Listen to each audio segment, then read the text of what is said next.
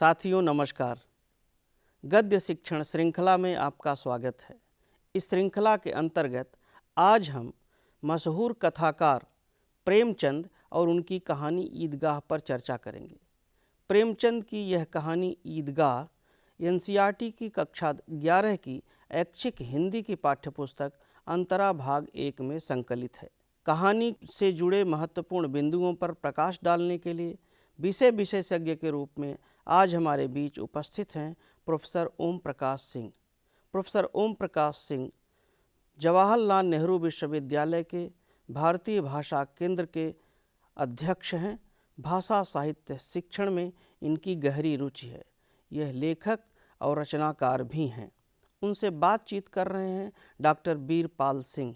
Doctor Veerpal Singh Mahatma Gandhi अंतर्राष्ट्रीय हिंदी विश्वविद्यालय वर्धा महाराष्ट्र में हिंदी भाषा साहित्य के अध्येता हैं। भाषा साहित्य शिक्षण में उनकी गहरी रुचि है। आइए देखते हैं उनकी बातचीत। साथियों, आज हम बात करने जा रहे हैं प्रेमचंद की प्रसिद्ध कहानी ईदगाह पर। इस कहानी के ऊपर हमारे साथ चर्चा के लिए मौजूद हैं प्रोफेसर ओम प्रकाश सिंह। आपका स्टूडियो में स्वागत है। डॉक्टर साहब, बेहतर होगा कि प्रेमचंद की कहानी पर चर्चा करने से पूर्व आप हमारे छात्रों के लिए प्रेमचंद के बारे में कुछ बता दें। प्रेमचंद हिंदी के बड़े कथाकार हैं।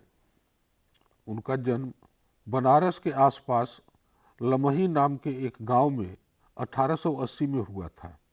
प्रेमचंद ने बहुत लंबी आयु नहीं पाई थी। वे 1936 तक जिंदा रहे, लेकिन अपने जीवन के इसी कम समय में ही उन्होंने हमें दर्जन भर उपन्यास, लगभग 300 कहानियाँ, उर्दू के अनेक प्रमुख ग्रंथों का अनुवाद और कई पत्र पत्रिकाओं का संपादन किया। निर्मला, रंगभूमि, कर्मभूमि, गबन, गोदान ये प्रेमचंद के कुछ महत्वपूर्ण उपन्यास हैं। इसी तरह से प्रेमचंद की लगभग 300 कहानियाँ मानसरोवर नाम के संकलन में संकलित हैं। मानसरोवर 8 भाग है। प्रेमचंद एक ऐसे रचनाकार हैं जिन्होंने सामाजिक समस्याओं को अपनी रचना का केंद्र बिंदु बनाया। कई तरह से मनुष्य के कई भावों को उन्होंने अपनी रचनाओं में दर्शाया। कहीं सामाजिक समस्या है, कहीं राजनीतिक समस्या है, कहीं आर्थिक समस्या है, कहीं जातिवाद की समस्या है, कहीं छुआछूत की समस्या है, कहीं ऊंच नीच की समस्या है। ये तमाम चीज़ें प्रेमचंद की रचनाओं में फैली हुई हैं और इन रचनाओं के माध्यम से प्रेमचंद ने अपने पाठकों को कुछ निश्चित संदेश दिया है। एक चीज़ और हम कहना चाहेंगे कि प्रेमचंद हिंदी के पहले ऐसे कथाकार हैं जिनकी भाषा हिंदी और उर्दू दोनों के नज़दीक है। यह जान करके आप लोगों को खुशी होगी कि प्रेमचंद की कई रचनाएं ऐसी हैं जो पहले उर्दू में लिखी गई, फिर उन्होंने हिंदी में उसका तर्जुमा किया। हम तर्जुमा भी नहीं कहेंगे, अनुवाद भी नहीं कहेंगे। अंग्रेजी का एक शब्द है ट्रांसस्क्रिप्ट, हिंदी में जिसको लिप्यंतरण के नाम से जाना जाता है, कि वह उन्होंने लिप्यंतरण किया या कह सकते हैं पुनर्लेखन किया। और हाँ, मैं वो नवाब राय के नाम से लिखा करते थे। वे नवाब राय के नाम से। दरअसल प्रेमचंद का असली नाम धनपत राय था जी। इसी नाम से वे लिखते थे, लेकिन 1907 में उनका पहला कहानी संग्रह सोजे वतन अंग्रेजों ने जब्त कर लिया जी। उसी जब्त करने के कारण उनके एक मित्र जमाना के संपादक मुंशी दयानारायण निगम ने कहा कि अब आप प्रेमचंद के नाम से लिखना शुरू करिए। फिर वे प्रेमचंद के नाम से लिखने लगे। जी। कथा सम्राट मुंशी प्रेमचंद के बारे में आपने बहुत खूबसूरती से बताया। डॉक्टर साहब, हम जानना चाहते हैं कि ईदगाह कहानी में प्रेमचंद ने किस वर्ग के बाल मनोविज्ञान को उभारा है? देखिए, ईदगाह कहानी पर चर्चा करते समय पहली बात जो बहुत ध्यान देने वाली है कि ईदगाह कहानी को कुछ लोग कहते हैं कि यह बालकों की कहानी है, जी, बाल कहानी है। बाल कहानी है। जी दरअसल ये कहानी बाल नहीं है, बालकों की कहानी नहीं है। जी इसका एक पात्र हामिद, जी वह बालक है, लेकिन वह बालक मानवता की एक बड़ी समस्या से टकराता है। जी वह यह देखता है परिवार में अपनी बूढ़ी दादी को, अमीना। अमीना, जी कि उसके पालन पोषण में और घर के रोजमर्रा के कामों में अमीना को कितनी परेशानी हो रही है, जी और अमीना की परेशानी के सबब से वह अपना सारा दुख भूल जाता है, सुख भूल जाता है। उसे केवल यह याद रहता है कि दादी की हिफाजत, दादी की सुरक्षा, दादी को उनके कामों में आराम पहुंचाना ये कैसे संभव हो। देखिए, एक बच्चे की जी स्थिति यह होती है कि बच्चा अपने बारे में ही सोचता है, जी जी लेकिन यहाँ हामिद अपने बारे में न सोच करके अपनी दादी के बारे में सोचता है। यह असंगत नहीं है। यानी गरीबी आदमी को प्रौढ़ बना देती। गरीबी आदमी को प्रौढ़ बना देती है। जिस तरह से अभावों में, जिस तरह की मुफलसी में, जी जिस तरह की गरीबी में जी वह पल बढ़ रहा है, जी उस गरीबी में उसके सामने तमाम खेल कूद, खिलौने, इन सब का कोई वजूद नहीं रह जाता, कोई अस्तित्व नहीं रह जाता। वह केवल यह जानना चाहता है, यह देखता है, इसके लिए प्रयास करता है कि हम अपने पास पड़ोस के लोगों, अपने बुजुर्गों, इनके जीवन को कैसे सुखी बना दें। जी, वो कहता है कि मिठाई में क्या नेमत है, मिठाई के लिए तो किताबों में लाख बुराइयां लिखी हुई हैं। वो बच्चे मेले में जाते हैं तो मिठाई खरीदते हैं, लेकिन वो मना कर देता है मिठाई खाने से। देखिए, ऐसा है, जब मैंने ये कहा कि प्रेमचंद हिंदी के पहले ऐसा कथाकार हैं जो हिंदी उर्दू दोनों भाषाओं में समान गति से लिखते हैं। जी मैं एक चीज और कहना चाहूंगा कि प्रेमचंद पहले ऐसे कथाकार हैं जो हिंदू और मुसलमान जी दोनों के जीवन को बड़े बखूबी ढंग से उकेरते हैं। जी हामिद और अमीना, जी इसके माध्यम से प्रेमचंद ने मुस्लिम जीवन का एक जबरदस्त खाका खींचा है। जी किस तरह से, किस उत्साह से, किस जोश खरोश के साथ ईद की तैयारी होती है। जी बच्चे कैसे मिलजुल करके ईद का मेला देखने जाते हैं। जी उनका खान पान, उनका रहन सहन, उनका भाईचारा, और उस मेले में जहां हामिद के साथी कोई सिपाही खरीदता है, कोई भिश्ती खरीदता है, कोई और खिलौना खरीदता है, वहां हामिद परेशान है कि उसके पास जो थोड़ा सा पैसा है, 1 रुपया है, शायद तीन रुपए हैं, कि वह उन 3 रुपयों में कौन सी ऐसी चीज खरीद ले 3 पैसे। 3 पैसे, जिससे दादी को सुविधा हो।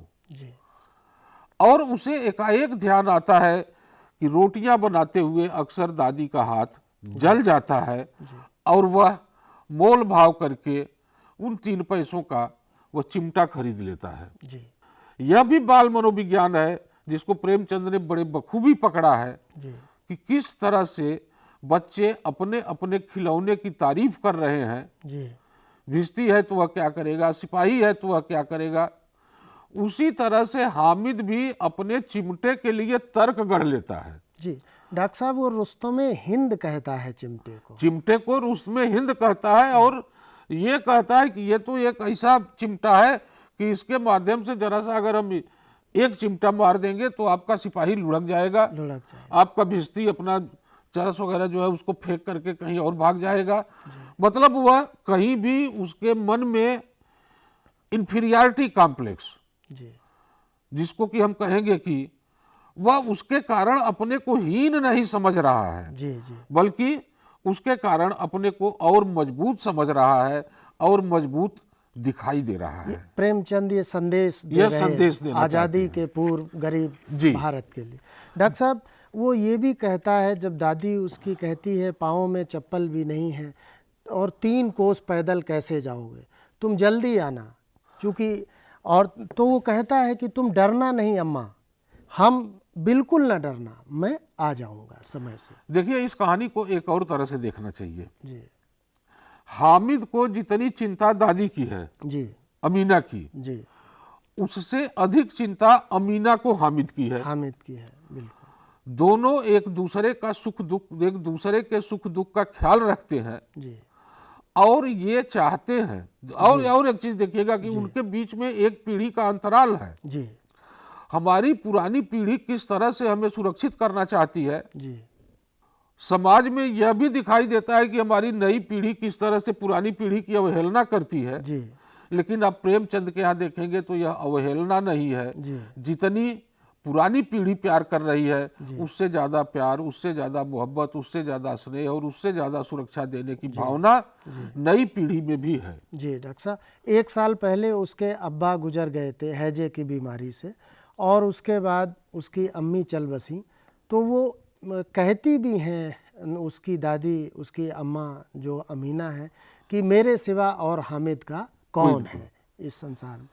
तो डॉक्टर साहब, एक इस तरफ ध्यान जिधर आपने खींचा, इससे ये भी पता चलता है कि प्रेमचंद इस कहानी के माध्यम से जो आज का वृद्ध विमर्श है उसकी तरफ भी इशारा कर रहे हैं कि बुजुर्गों की जो देख रेख है, आज ओल्ड होमेज बढ़ रहे हैं और ये बड़ी विकराल समस्या पढ़े लिखे लोगों के साथ में है कि वो अपने वृद्ध बुजुर्ग माँ बाप को अपने कैरियर में व्यवधान समझ रहे हैं और ओल्ड होमेज में रख रहे हैं। लेकिन हामिद तो छोटी छोटी चीज़ के लिए परेशान है और दादी हामिद के लिए परेशान है। बिरपाल जी, आपने एक बहुत बड़ी बात कह दी। जी बड़ी बात यह है कि हम इस कहानी को बाल मनोविज्ञान की कहानी कहते हैं, जी लेकिन अगर देखा जाए तो इस कहानी में जितना बाल मनोविज्ञान है जी उससे कम वृद्ध मनोविज्ञान नहीं है। जी जी और प्रेमचंद जी व्यक्ति की मानसिक अपने पात्रों की मानसिक स्थिति का चित्रण करने में कुशल थे। जी जी उनके किसी कहानी में देखिए जी कि जो पात्र आते हैं वे पात्र अपने मनोभावों को किस तरह से व्यक्त करते हैं, जी यह मनोभाव और उसका स्पष्टीकरण हामिद के यहाँ भी है और इन भावों का पूरा स्पष्टीकरण अमीना के यहाँ भी है। जी जी मैंने पहले कहा कि इस चीज को लक्ष्य करना चाहिए, ध्यान देना चाहिए, देखना चाहिए कि अमीना टूट कर हामिद को प्यार करती है, जी जी हर तरह से उसकी सुरक्षा चाहती है, हर तरह से उसे बचाए रखना चाहती है, उसका कोई नुकसान न होने पावे, कोई क्षति न होने पावे, कोई शारीरिक चोट न पहुंचने पावे। वह जितना ख्याल करती है उससे कम हामिद अपनी दादी अमीना का ख्याल नहीं करता है। जी उससे कम नहीं करता, उससे ज्यादा ही करता है। यानी अमीना में लगभग बचपन जैसा भाव आ जाता है और हामिद में प्रौढ़ जैसा भाव बिल्कुल आ जाता। डॉक्टर साहब, इससे कहानी पर चर्चा करें तो देखते हैं जब बच्चे शहर जाते हैं, ईदगाह जाते हैं, तो वहाँ जो स्कूल मिलते हैं वो कमेंट जो करते हैं, प्रतिक्रिया व्यक्त करते हैं और आपस में जो प्रश्न करते हैं कि इतने बड़े बड़े बच्चे, दाढ़ी मूछ आ गई है, ये क्या पढ़ते होंगे। तो जो हमारी तत्कालीन शिक्षा व्यवस्था थी वो बच्चों के माध्यम से, या जब मेम जो अंग्रेज मेम हैं उनको खेलते हुए जब देखते हैं क्रिकेट के, तो वो कहता है कि मेरी अम्मी या मेरी दादी तो इसको बैट को पकड़ भी नहीं पाएंगी, भले वो दौड़ जाती हूँ। या जब वो पुलिस को देखता है, कहता है ये पुलिस थाना है, तो कहते हैं कि ये पुलिस वाले जो है चोरी, आप आराम से सोते हैं, चोरी नहीं होती चूँकि ये पुलिस वाले रक्षा करते हैं। तो मोहसिन कहता है कि नहीं, इन्हीं के कारण तो चोरी होती है। एक तरफ कहते हैं कि आप जो है जागते रहो, दूसरी तरफ चोरों को कहते हैं आप चोरी करो। तो ये बाल मनोविज्ञान ना होके प्रौढ़ मनोविज्ञान है, जिसमें मोहसिन कहता है डॉक्टर साहब कि आपको याद होगा, वहाँ मोहसिन कहता है कि मेरे मामू पुलिस कांस्टेबल हैं, 20 रुपये महीने पाते हैं और 50 रुपये घर भेजते हैं। देखिए, प्रेमचंद ने जिस समय ये कहानी लिखी जी वह एक संक्रमण का दौर था। जी संक्रमण का दौर इस रूप में समझिए कि हम कुछ नई सभ्यताओं से परिचित हो चुके थे जी और हमारे बालक उनसे परिचित हो रहे थे। कुछ बीमारियां भी नहीं, जैसे भ्रष्टाचार, हाँ, आजादी तो उसमें एक तरफ अंग्रेज, जी दूसरी तरफ हिंदुओं के साथ साथ भारतवर्ष में मुस्लिम आबादी, जी तीसरी तरफ अफसरों की स्थिति, चौथी तरफ जो चीजें हमें सुरक्षा मुहैया कराने के लिए या जो चीजें, जो तंत्र हमारी सुविधा के लिए तैयार किया गया था, उस तंत्र में भी भ्रष्टाचार का फैलना। तो एक तरफ तो प्रेमचंद अंग्रेजी समाज की समीक्षा करते हुए इस कहानी में दिखाई देंगे, आज़ादी के पहले की, आजादी से पहले की स्थिति। दूसरी तरफ प्रेमचंद यह दिखाना चाहते हैं कि हमारी जो मुश्तरका संस्कृति है, जो मिली जुली संस्कृति है, इस संस्कृति में तीज त्योहार, मेले ठेले इस तरह से घुले मिले हैं कि हम उनको हिंदू मुसलमान में नहीं बांट सकते।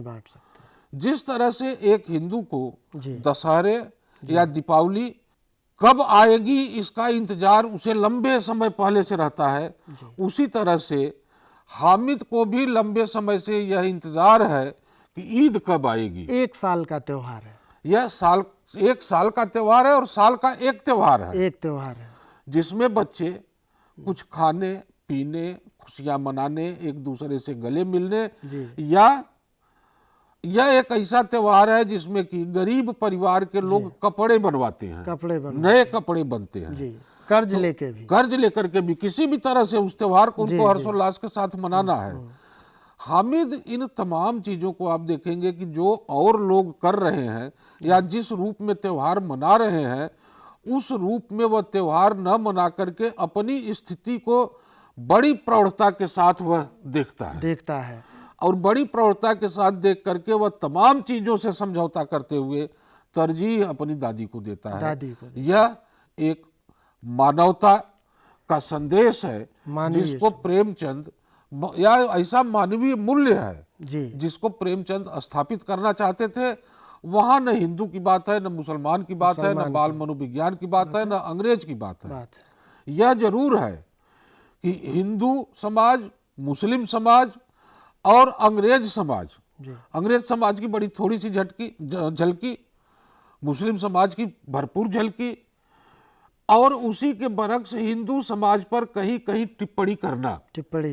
यह टिप्पणी करते हुए प्रेमचंद ईदगाह कहानी के माध्यम से हमारे सामने तीनों भारतीय संस्कृतियों, जो भारत में आ गई थी, भारतीय नहीं थी, हम कहें तो हिंदू और मुसलमान इस तरह से आपस में मिक्सअप हो गए थे, इस तरह से मिल गए थे कि उनकी एक मुश्तरका, एक मिली जुली संस्कृति विकसित हो चुकी थी।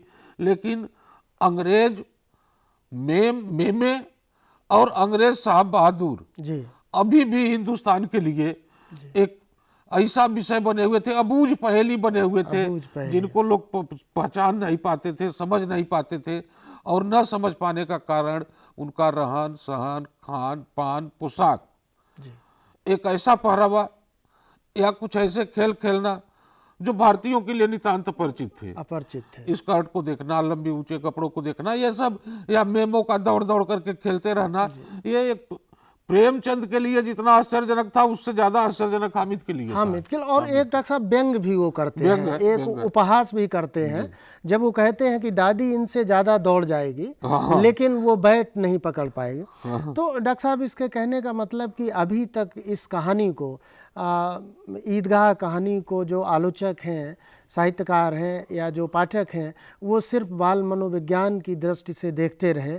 आपका मानना है कि ना सिर्फ इसमें बाल मनोविज्ञान है बल्कि इसमें अंग्रेजी सभ्यता के ऊपर कटाक्ष है, और हमारी जो संवेदनाएं हैं, प्रौढ़ संवेदना, एक बुजुर्ग के लिए एक वृद्ध विमर्श की भी जो है इसमें चिंता है, और एक दादी के लिए जो उनके बुजुर्ग हैं उसकी रखवाली नई पीढ़ी, नए बच्चे कैसे करें, उसकी तरफ है। और भारत की मिली जुली संस्कृति, उनके त्यौहार हैं, उनके उत्सव हैं, उनकी भाषा है, उनकी संवेदना है, उसकी तरफ भी ये कहानी इशारा करती है। सिर्फ बाल मनोविज्ञान नहीं है, सिर्फ उसमें पात्र हामिद वो बालक है।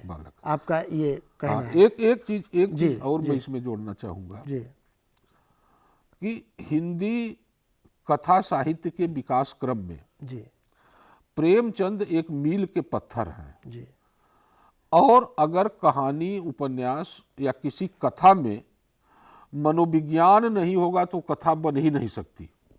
ठीक बात। अपने चरित्र के मन को समझना यह लेखक के लिए सबसे जरूरी होता है। तो प्रेमचंद के चरित्र बुजुर्ग भी हैं, जी बच्चे भी हैं, जी नौजवान भी हैं, अधेड़ भी हैं, दुहाजू भी हैं, विधवा स्त्रियां भी हैं, हिंदू हैं, मुसलमान हैं। तो प्रेमचंद इन सबके मनोविज्ञान को समझ रहे थे जी और इन सबके मनोविज्ञान को समझते हुए अपनी कथा को उन्होंने विस्तार दिया है। वाह प्रेमचंद के बाद किसी चरित्र के मुकम्मल स्वभाव को समझना थोड़ा मुश्किल हो गया और आप इसके बाद देखेंगे कि मनोवैज्ञानिक उपन्यासों की एक धारा चल गई है। धारा चल गई। प्रेमचंद के यहाँ इस तरह से अलग से कोई मनोवैज्ञानिक कहानी नहीं है, लेकिन प्रेमचंद अपने पात्रों के मनोविज्ञान को बखूबी समझते थे और पूरी समझदारी के साथ उन्होंने प्रस्तुत किया है। बहुत खूब डॉक्टर साहब। वो कहते भी हैं कि उन्हें क्या पता है कि चौधरी अगर आंखें फेर लें तो ये सारी की सारी ईद मुहर्रम हो जाएगी, तब्दील हो जाएगी। यानी कैसे उस समय का जो समाज था, जो गरीबी थी, जो संघर्ष था जन सामान्य में, उसके भी अप्रतिम चितेरे थे प्रेमचंद। डॉक्टर साहब आपने बहुत खूबसूरती से प्रेमचंद की कहानी ईदगाह पर बातचीत रखी। हम आपका बहुत बहुत धन्यवाद करते हैं। नमस्कार। नमस्कार। साथियों, अभी आपने मशहूर कथाकार प्रेमचंद और उनकी कहानी ईदगाह पर यह चर्चा देखी और सुनी। इस चर्चा के उपरांत आप लोगों के मन में बहुत सारे प्रश्न और जिज्ञासाएं रही होंगी जिनका समाधान स्वतः हो गया होगा। फिर भी आप लोगों के मन में कोई प्रश्न, कोई जिज्ञासा हो तो आप अपने साथी मित्रों से चर्चा करें, अपने गुरुजनों से बातचीत करें। साथियों, अब हमारा कार्यक्रम यहीं संपन्न होता है। अगले कार्यक्रम में हम किसी अन्य लेखक और उनकी रचना के साथ फिर प्रस्तुत होंगे। तब तक के लिए हमें आज्ञा दीजिए। नमस्कार।